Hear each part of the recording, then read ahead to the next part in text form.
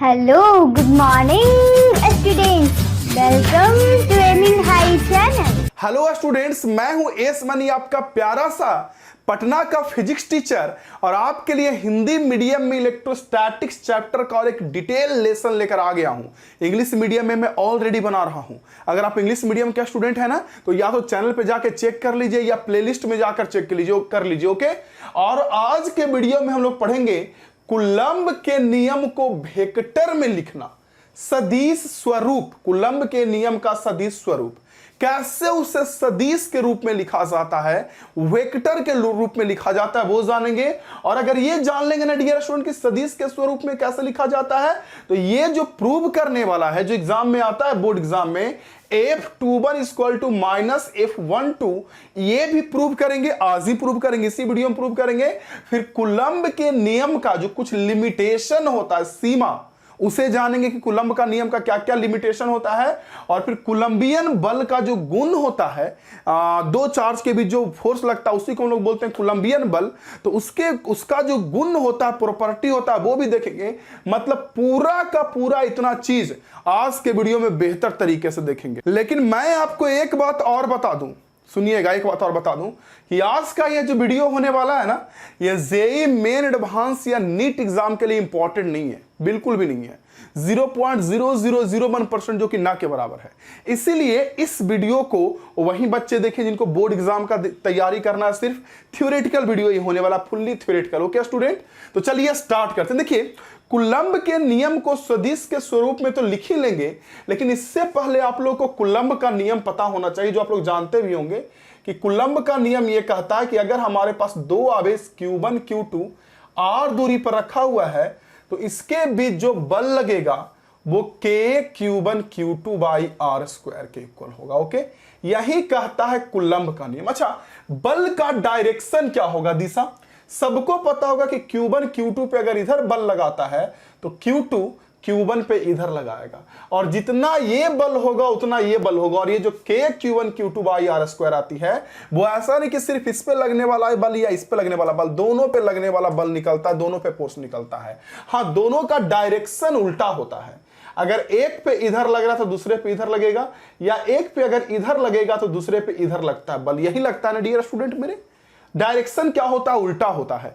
वही तो यहां पे मुझे प्रूव भी करना है कि ये जो F21 होगा, F21 होगा, यानी 2 पे 1 के द्वारा जो लगने वाला फोर्स होगा वो माइनस होगा F12। माइनस F12 मतलब 1 पे 2 के द्वारा लगने वाले फोर्स के निगेटिव के इक्वल होगा। 2 पे 1 के कारण जो फोर्स लगेगा वो माइनस होगा 1 पे 2 के कारण लगने वाला फोर्स।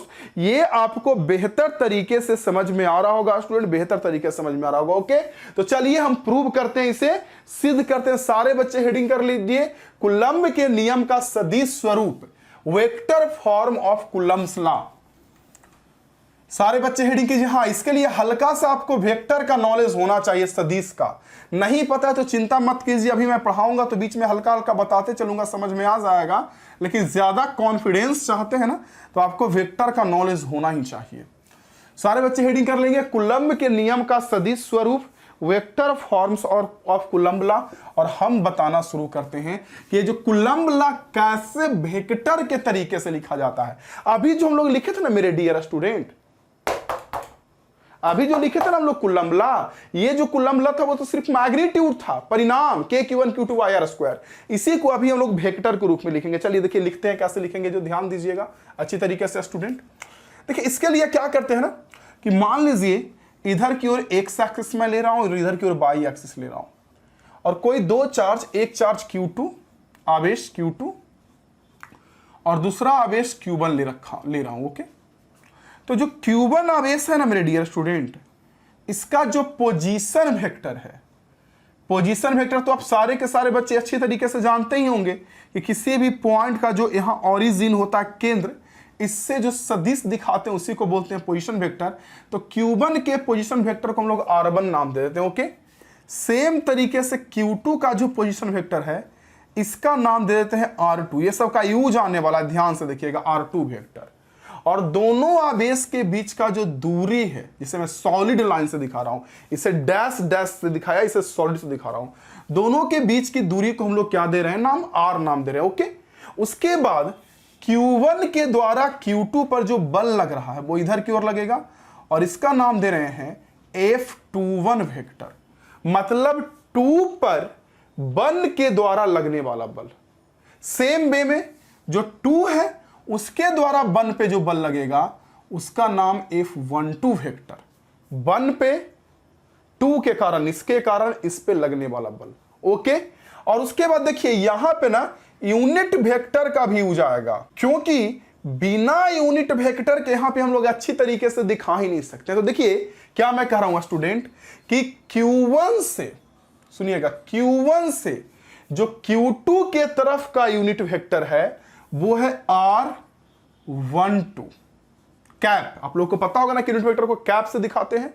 क्यों मैं क्या बोला कि Q2 की ओर, सुनिएगा, Q2 की ओर, Q1 से Q2 की ओर के यूनिट वेक्टर को R12 दिखाया और Q2 से लेके Q1 की ओर के यूनिट वेक्टर को R21 कैप से मैं दिखा रहा हूं। आपको ये बातें समझ में आ रही होगी बेहतर तरीके से, मैं फिर से कह रहा हूं। क्या डियर स्टूडेंट, क्या बोल रहा हूं बताइए कि Q1 से Q2 के तरफ का जो यूनिट वेक्टर है, यूनिट वेक्टर को हिंदी में हम लोग बोलते हैं ना डियर स्टूडेंट, यूनिट वेक्टर को हिंदी में हम लोग बोलते हैं एकांक वेक्टर या फिर एकांक सदिश। क्या बोलते हैं? एकांक वेक्टर या एकांक सदिश। इतना आपको डायग्राम पता होना चाहिए, तभी आप उसे वेक्टर फॉर्म में लिख पाइएगा। रटने का तो रट ही लीजिएगा, कोई बड़ी बात नहीं रटने में। मैं फिर से रिपीट कर रहा हूं, सुन लीजिएगा ध्यान से मैं क्या कह रहा हूं। Q1 जो आवेश है पोजीशन वेक्टर R1, Q2 आवेश है पोजीशन वेक्टर R2, दोनों के बीच की जो दूरी है वो R है जो आपको दिख रहा है। ओके, उसके बाद Q1 के कारण जो Q2 पे बल लग रहा है वो F21 वेक्टर, और Q2 के कारण जो Q1 पे बल लग रहा है वो F12 वेक्टर। 1 पे यानी Q1 पे 2 के कारण। ओके, और उसके बाद स्टूडेंट कि Q1 से Q2 के तरफ का जो एकांक सदिश है यूनिट वेक्टर वो R12, मतलब 1 से लेकर 2 की ओर, और उसके बाद 2 से 1 की ओर का सदिश वेक्टर R2 बने। हाँ, बड़ा उठा कर पटकेगा ये थ्योरी। अगर आपको नहीं नॉलेज होगा ना तो बड़ा ये उठा कर पटकने वाला, अगर वेक्टर का नॉलेज नहीं होगा तो। इसलिए वेक्टर का नॉलेज होना चाहिए, और सीखने का जुनून नहीं होगा तो भी। अगर लगने का और भिड़ने की आदत नहीं होगी कि नहीं मुझे लगना है, भिड़ना है, काम करना है, तब भी आपको उठा के पटकेगा हर एक केस में। तो देख लीजिए आप। ओके स्टूडेंट, तो मैंने क्या बोला, मैं यहां लिख रहा हूं सबको। माना कि, क्या माना बताइए सबसे पहले, माना कि जो F21 है वो क्या है बताइए मुझे, Q2 पर Q1 के द्वारा बल, यही ना। F21 क्या है तो Q2 पे Q1 के द्वारा बल। F12 क्या है तो Q1 पर Q2 के द्वारा बल। ओके, और R12 क्या है, R12 कैप, R12 कैप क्या है तो Q1 से Q2 के ओर एकांक वेक्टर। अब या तो आप एकांक वेक्टर लिखें या एकांक सदिश लिखें, आपकी मर्जी। चलिए मैं थोड़ा सा ज्यादा हिंदी कर रहा हूं सदिश। वैसे मेरा हिंदी थोड़ा कमजोर है, फिजिक्स वाला हिंदी बोलने में कमजोर नहीं। ओके, और अगर मैं R21 कैप की बात करूं तो ये क्या हो गया, Q2 से Q1 के ओर एकांक सदिश। इतना चीज आपको पता होना चाहिए। चलिए अब देखिए डियर स्टूडेंट क्या होगा कि अगर हम फोर्स निकालें किस पे, Q2 पे Q1 के द्वारा। आप लोग हेल्प कीजिएगा, Q2 पे Q1 के द्वारा फोर्स निकाले, बल निकाले, यानी F21, तो कितना होगा बोलिए, K Q1 Q2 by R square. यही होगा ना, कितना होगा बल, K Q1 Q2 by R square के इक्वल 2 पे 1 के द्वारा लगने वाला बल। ओके, और अगर ये जो बल आप देख रहे हैं स्टूडेंट, ये तो मैग्नीट्यूड है, मैं कह रहा हूं ये तो सिर्फ परिणाम है, या परिमाण जो ही बोलते हैं वो ही है, परिणाम ये है। इसे डायरेक्शन वेक्टर में लिखना है ना, तो अगर मैं इस पे वेक्टर लगाऊंगा तो ये आपको वेक्टर फॉर्म में बनेगा। लेकिन सिर्फ यहां वेक्टर लगा दीजिएगा ना डियर स्टूडेंट, सिर्फ यहां वेक्टर लगा दीजिएगा, तो सिर्फ यहां वेक्टर लगाने से ये वेक्टर में नहीं बनने वाला है। देखिए क्या समझिए, बताइए। पहले मैं वेक्टर हटा देता हूं, चलिए वेक्टर हटा दिया। F21 क्या है, 2 पे 1 के द्वारा लगने वाला फोर्स कितना होगा, k q1 q2 y r square के इक्वल। यही तो होता है, बीच का डिस्टेंस r है तो r स्क्वायर के इक्वल हो जाएगा। अगर इसी को मैं वेक्टर में लिखूं तो डायरेक्शन को मैनेज के लिए करने के लिए आप अपने मैथ वाले सर से पूछ लीजिएगा कि अगर किसी भी डायरेक्शन में किसी भी दिशा में वेक्टर अगर लिखना होता है तो उसी दिशा के यूनिट वेक्टर एकांक सदिश से गुना करना पड़ता है। तो देखिए, तो F21 का दिशा किधर है, इधर की ओर है। F21 का दिशा इधर की ओर है ना, तो इधर ही की ओर के यूनिट वेक्टर से हम गुना करेंगे। तो इधर का जो एकांक सदिश यूनिट वेक्टर वो कितना है, R21। इस डायरेक्शन में जो एकांक सदिश है वो कितना है, R21। इस डायरेक्शन में, इस दिशा में ये R2 सॉरी R12 R21 नहीं R12 R21 तो इधर की ओर है ना, R12 तो R12 कैप से गुना करना पड़ेगा, R12 कैप। और यही हो गया मेरा वेक्टर फॉर्म में, वेक्टर रूप में, सदिश स्वरूप में कूलम्ब का नियम। फिर से सुन लीजिए, के क्यू बड़ा हल्का है, समझने की बस फिर है, के q1 q2 by R square. तो कूलम्ब का नियम से जो बल लगता है उसका परिणाम आता ही है। अगर उसे वेक्टर के टर्म में लिखना पड़ेगा तो उसी डायरेक्शन के, अगर F21 इधर की ओर है तो इसी के डायरेक्शन का जो एकांक सदिश है R12 उससे मल्टीप्लाई करना पड़ेगा। ओके, हाँ, अगर आप चाहते हैं तो इसे आगे बढ़िया से और भी बढ़ा सकते हैं या यहीं पे छोड़ सकते हैं, लेकिन जो मैंने प्रूव करने वाली बात बोली ना कि F21 माइनस F12 यानी 2 पे जो 1 के कारण जो बल लगेगा वो 1 पे 2 के कारण लगने वाले बल का विपरीत होगा, माइनस होगा। तो उसके लिए आपको थोड़ा सा आगे बढ़ाना पड़ेगा। चाहेंगे तो यहां से भी कर सकते हैं, कोई बड़ी बात नहीं है, हम आगे बढ़ा लेते हैं। चलिए, अगर इसी को मैं F21 वेक्टर को आगे लिखूं तो कितना लिख सकता हूं, k q1 q2 by R square. और सारे मेरे सारे स्टूडेंट्स को पता है कि सर जो एकांक सदिश होता है यूनिट वेक्टर वो वेक्टर बाई उसके मैग्नीट्यूड के इक्वल होता है। कितना होता है, वो वेक्टर बाई उसका मैग्नीट्यूड। यानी कहने का मतलब क्या हो जाएगा बताइए मुझे, R12 वेक्टर बाई R12 का मैग्नीट्यूड। अगर इस एकांक सदिश को हम आगे तोड़ें R12 को तो क्या लिख सकते हैं, R12 वेक्टर बाई R12 का मैग्नीट्यूड। ओके, चलिए अब अगर मैं इसको आगे बढ़ाऊं फिर से F21 को, देखिए चाहे तो आप यहीं तक छोड़ सकते हैं, मैं फिर से बोला हूं, मैं आगे बढ़ा दे रहा हूं, K Q1 Q2 by R square. और ध्यान से देखिए स्टूडेंट कि R12 क्या है, R12 वेक्टर का मैग्नीट्यूड क्या है, ये दूरी R। देखिए ना, मैं यहां लिख दे रहा हूं ब्रैकेट में कि R12 वेक्टर का जो मैग्नीट्यूड है ये R के इक्वल नहीं है। वही R12 का मैग्नीट्यूड बोलिए R21 का, दोनों मैग्नीट्यूड तो सेम है ना। R12 यहां से यहां, R21 यहां से यहां, तो बीच का दूरी तो R होगा ना, मैग्नीट्यूड तो R ही होगा। तो यानी ये R के इक्वल हो गया। तो अगर ये R के इक्वल और यहां R स्क्वायर है, दोनों मिलकर कितना हो जाएगा, R क्यूब हो जाएगा। मैं कह रहा हूं ये R स्क्वायर और ये R के इक्वल दोनों मिलकर कितना हो जाएगा, R क्यूब हो जाएगा। और यहां पे बच जाएगा R12 वेक्टर। R स्क्वायर और R ये R ही के इक्वल है ना, तो इतना मिलकर आपको बन गया R क्यूब। ओके, चाहे तो आप इतना तक भी लिख सकते हैं, इसमें कोई दिक्कत नहीं है, या और भी बढ़िया से बढ़ाना चाहते हैं तो बढ़ा दीजिए, K Q1 Q2 by R cube. और देखिए R12 वेक्टर को कितना लिखिएगा, ध्यान से देखिए, R12 1 से 2 की ओर की जो वेक्टर है वो R12 वेक्टर है। तो इस R12 वेक्टर को कितना लिख सकते बताइए मुझे, R2 vector minus R1 vector. ये तो मैथ में पढ़े ही होंगे, नहीं पढ़े तो मैं बता दूं कि देखिए यहां से लेकर यहां तक के वेक्टर को लिखना हो ना, इधर की तीर है, यहां से लेकर यहां तक को, तो ये वेक्टर माइनस ये वेक्टर करेंगे। जैसे मान लीजिए कहीं ओरिजिन है, ओके, और यहां से यहां तक कोई वेक्टर लिखना है, ये वेक्टर, तो ये जो जहां तीर है ना वो वेक्टर और माइनस पूछ वाले वेक्टर, जहां पूछ है वहां तक के वेक्टर के घटाव के इक्वल होता है, सदिश के घटाव के इक्वल हो जाता है। जैसे मान लीजिए कहीं पे कोई ऐसा वेक्टर होता है ऐसे इधर की ओर, तो जिधर पूछ है वो वाला वेक्टर और सॉरी जिधर हेड है ये वाला वेक्टर माइनस ये वाले वेक्टर के इक्वल हो जाता है। ये चीजें होती है मेरे डियर स्टूडेंट। ओके, ये चीजें होती है। तो यहां मैंने क्या बोला कि आप R12 का कितना लिख सकते हो, R12 क्या 1 से 2 की ओर का वेक्टर, तो कितना लिखोगे इसको, R2 vector minus R1 vector. ये जो आ गया कूलम्ब का नियम वेक्टर के रूप में, ये पढ़े लिखे लोगों जैसा आ गया, मतलब थोड़ा सा स्टैंडर्ड, यहां भी छोड़ सकते यहां भी छोड़ सकते। ओके, ये थोड़ा स्टैंडर्ड आ गया, क्या, कूलम्ब के नियम का सदिश स्वरूप, सदिश। और इतना समझ में आ गया तो इसके बाद हम लोग उसको भी प्रूव कर देते हैं, किसको? F121 equal to minus F12। अच्छा F21 तो निकालिए, बताइए अगर F12 निकालते तो कितना आता?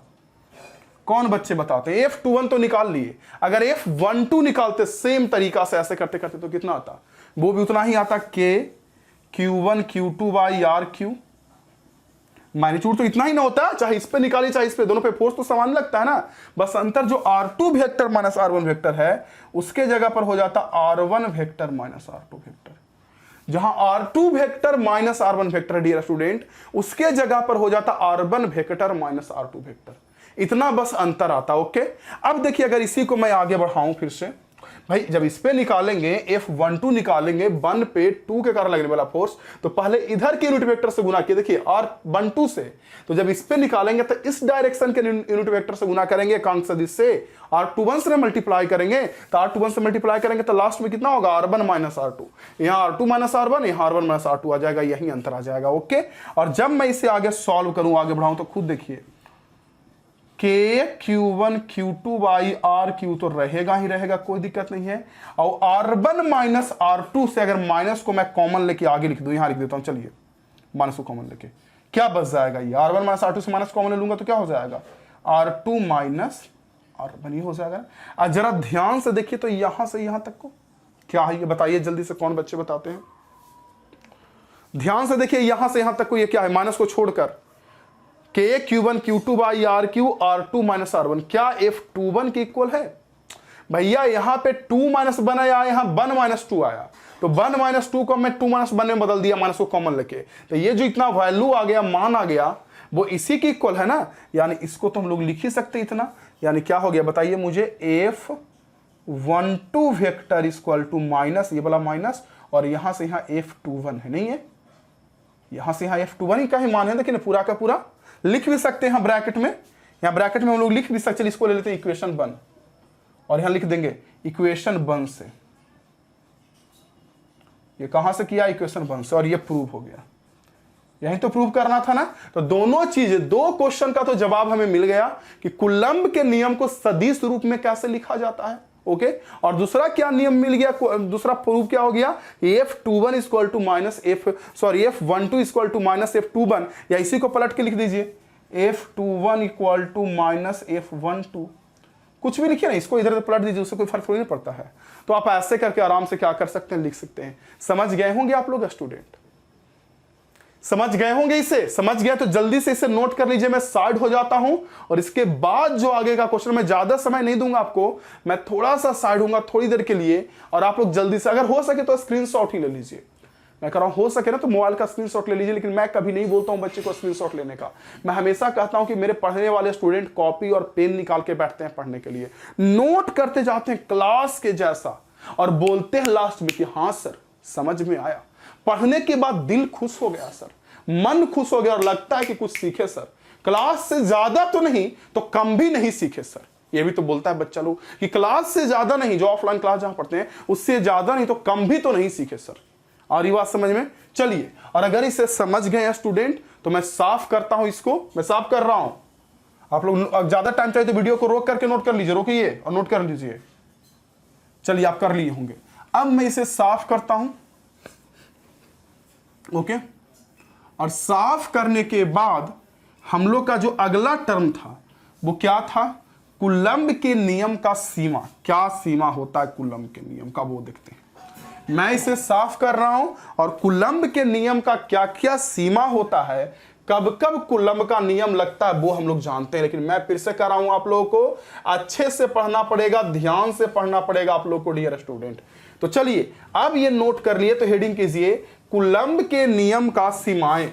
एक्चुअली जो कूलम्ब का नियम हम लोग पढ़े हैं ना, कि दो आवेश के बीच जो बल लगता है वो K Q1 Q2 by R square होता है, मतलब Q1 इंटू Q2 का डायरेक्टली प्रोपोर्शनल समानुपाती, और R का स्क्वायर का व्युत्क्रमानुपाती, ये सब चीजें जो हम लोग पढ़े हैं डियर स्टूडेंट, वो जो था कूलम्ब का नियम। और कूलम्ब का नियम हमेशा नहीं लगता है, इसका भी कुछ सीमा है कि सीमा के भीतर ही रह के लगेगा। तो वहीं देखते हैं। देखिए कूलम्ब के नियम का सीमा क्या है, ये तो हम लोग पढ़ लिए ना। कूलम्ब के नियम का सदिश स्वरूप तो हम लोगों ने पढ़ लिया। हेडिंग कीजिए अब आप लोग, कूलम्ब के नियम का सीमाएं। हेडिंग कीजिए, कर लीजिए हेडिंग कूलम्ब के नियम का सीमा। चलिए मैं बताता हूं, देखिए सबसे पहला क्या है सीमा वो समझिए। कूलम्ब के नियम में ना जिन दो आवेशों के लिए हम लोग कूलम्ब का नियम लगाते हैं, जैसे मान लीजिए कोई आवेश Q1 है, कोई आवेश Q2 है और बीच का दूरी R है, तो आपको पता होगा कि कूलम्ब का नियम ये कहता है कि दोनों के बीच जो बल लगेगा वो Q1 Q2 का समानुपाती और R² का व्युत्क्रमानुपाती, अगर इक्वल कर देंगे तो कितना आ जाएगा, K Q1 Q2 by R² के इक्वल। यही नहीं हो जाता है स्टूडेंट। तो ये कूलम्ब का नियम हमेशा नहीं लगता है मेरे डियर स्टूडेंट, इसका कुछ कंडीशन है। कंडीशन क्या है ना कि ये जो दोनों आवेश है ना, ये दोनों के दोनों आवेश पॉइंट चार्ज होना चाहिए। पॉइंट चार्ज का मतलब मैंने क्या बोला, बिंदु आवेश होना चाहिए। अब देखिए बच्चा लोग इसका गलत असर निकाल लेता है, गलत मतलब कि बिंदु आवेश का मतलब सर बिंदु होना चाहिए, नहीं। बिंदु आवेश का मतलब बिंदु नहीं होना चाहिए, बल्कि आवेश बिंदु आवेश होना चाहिए। इसका मतलब समझिए, देखिए जैसे बिंदु आवेश का मतलब बच्चा लोग समझता है कि बिंदु टाइप का, नहीं। किसी भी आकार का, किसी भी प्रकार का आवेश बिंदु आवेश हो सकता है, बस उसे दूर से देखा जाए। जैसे मान लीजिए आपका ये बोर्ड है, इस बोर्ड को, व्हाइट बोर्ड को हम यहां से ऑब्जर्व कर रहे हैं, तब हमारे लिए बिंदु आवेश नहीं हुआ। अगर वहीं हम थोड़ा दूर से इसे देखें तब इसका साइज पहले से हल्का छोटा दिखाई देगा, तभी बिंदु आवेश नहीं हुआ। और दूर हो जाएंगे तो थोड़ा सा और छोटा होगा बोर्ड का साइज, और दूर होते होते और दूर होते होते होते होते अगर इधर आ जाएंगे तो इसका साइज छोटा होते होते बहुत दूर चल जाएंगे, तो ये बोर्ड भी आपका बिंदु आवेश होने लगेगा। यही होता है बिंदु आवेश का मतलब। ऑब्जर्वेशन का जो डिस्टेंस है वो दूर होना चाहिए। आ रही बात समझ में? तो पहला सीमा ये हो गया कि कूलम्ब के नियम के लिए आवेश बिंदु आवेश होने चाहिए। मैं फिर से कह रहा हूं, बिंदु आवेश का मतलब बिंदु मत समझ लीजिएगा, पॉइंट मत समझ लीजिएगा। लिखिए सबसे पहला, लिखिए इसके लिए या कूलम्ब के नियम के लिए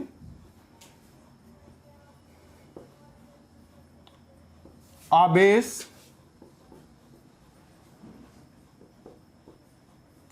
बिंदु आवेश होना चाहिए।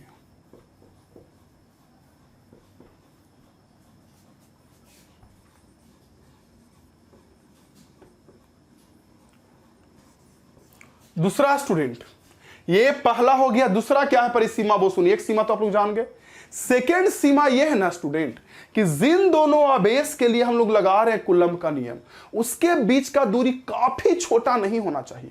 कम से कम जो नाभिक का जो दूरी होता है ना 10⁻⁻15 मीटर, उससे कम से कम तो बड़ा चाहिए।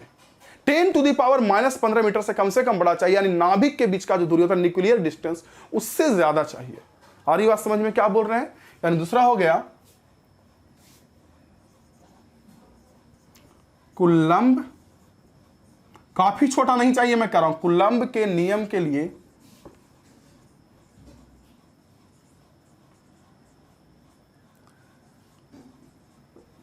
आवेशों के बीच की दूरी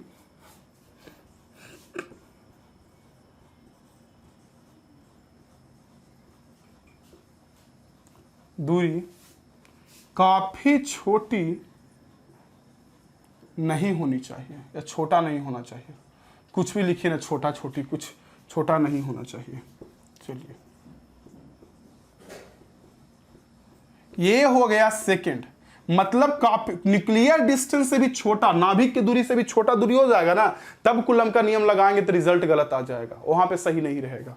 और तीसरा, जिन दोनों आवेशों के लिए हम कूलम्ब का नियम लगा रहे हैं ना, वो दोनों आवेश रेस्ट में होना चाहिए। रेस्ट समझते ना, रुका हुआ होना चाहिए, विराम अवस्था में होना चाहिए। यानी आवेश विराम अवस्था या विरामावस्था लिख सकते हैं, विराम अवस्था में होना चाहिए। नोट कर लीजिए आप लोग।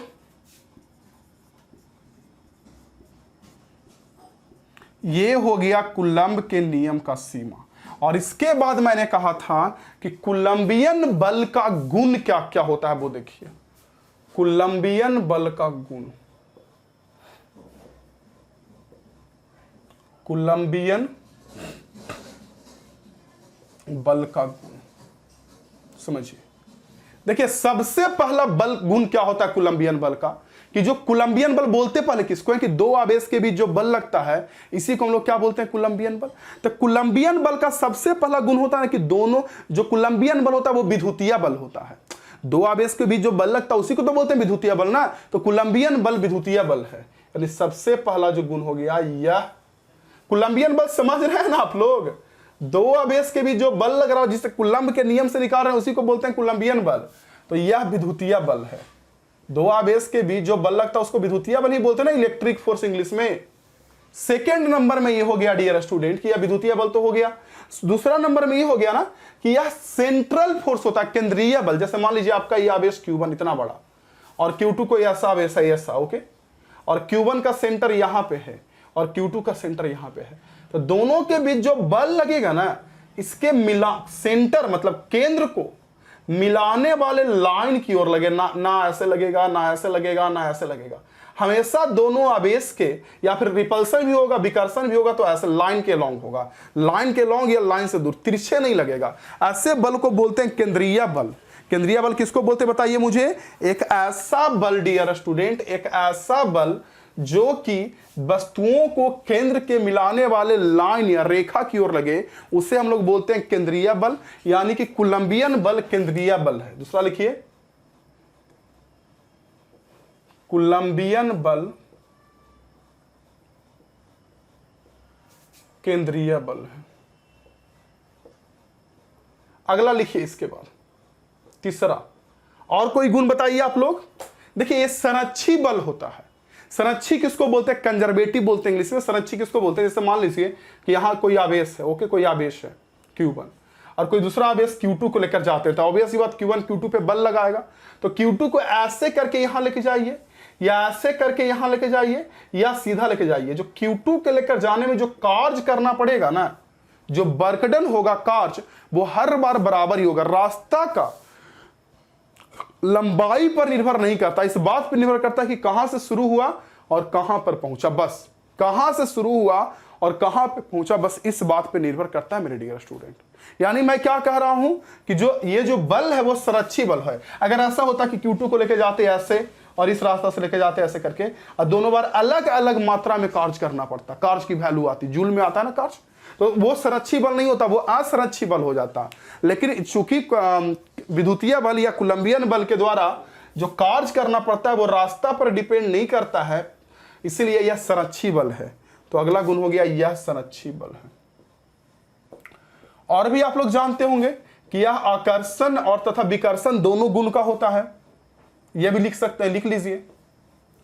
अगला लिख लीजिए, यह आकर्षण तथा विकर्षण दोनों गुण का होता है। लिख लीजिए अगला, यह आकर्षण तथा विकर्षण दोनों गुण का होता है। और लिखिएगा तो और लिख लीजिए उसके बाद कि देखिए कूलम्बियन जब बल जब निकालते हैं हम लोग, तो नीचे में R स्क्वायर आता है, और नीचे में R स्क्वायर आता है ना स्टूडेंट, तो हम लोग इसको बोलते हैं कि यह स्क्वायर, या रहने दीजिए, इसको हम लोग बोलते हैं कि स्क्वायर इनवर्स लॉ को पालन करता है, स्क्वायर इनवर्स लॉ को पालन करता है। तो ये भी लिख सकते हैं, कम से कम इतना लिख लीजिए कि यह आकर्षिव तथा विकर्षिव दोनों गुण का होता है। ओके, तो ये हो गया डियर स्टूडेंट आज का क्लास। बहुत सारा क्वेश्चंस, इंपॉर्टेंट क्वेश्चंस इससे रिलेटेड का लिंक मैं डिस्क्रिप्शन में दे दूंगा, बना जरूर लीजिएगा। बहुत सारे बच्चे पूछते हैं कि सर डिस्क्रिप्शन का मतलब ही नहीं पता है। वीडियो देखते हैं, जो नीचे नाम लिखा ना, वीडियो का टाइटल, नाम वीडियो के बारे में, वीडियो का क्या है वो, उस पर क्लिक कीजिए, डिस्क्रिप्शन बॉक्स खुल जाएगा और अंदर जाके सारा वीडियो को देख लीजिएगा। देखने के बाद अगर अच्छा लगा, आपका फर्ज बनता है कि आप इसके दोस्तों लोगों को बताएं इसके बारे में। सीखते रहिए, समझते रहिए, पढ़ते रहिए। Thank you.